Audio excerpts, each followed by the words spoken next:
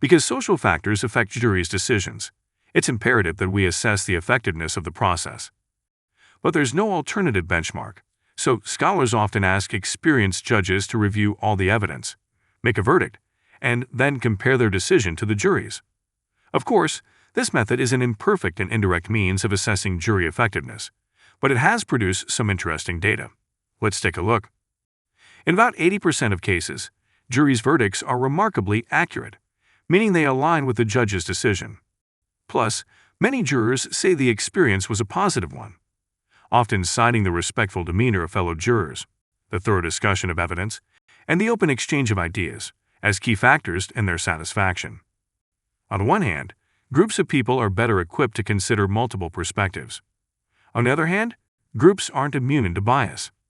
Group dynamics can lead jurors to make decisions based on emotions and personal bias, rather than the evidence. Plus, they tend to overestimate the reliability of eyewitness testimony, which is a major concern, given that eyewitness error is the leading cause of wrongful convictions. It's unfortunate that many jurors, attorneys, and even judges are still unaware of the many limitations of eyewitness testimony. Improving jury effectiveness has been a topic of interest for scholars and practitioners. Here are some notable suggestions.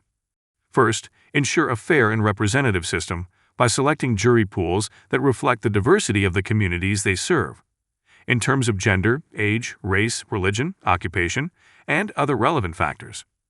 Second, further restrict the use of peremptory challenges, death qualification, and scientific jury selection to minimize the impact of bias.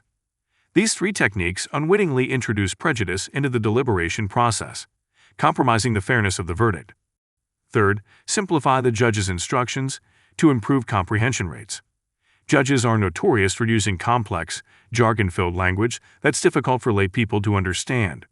And fourth, reevaluate the size of the group and consider requiring unanimity. Larger juries and those that have to reach a unanimous decision tend to have more thoughtful deliberations and more confidence in the final outcome. So, trying to save money with smaller, simpler juries isn't likely to pay off.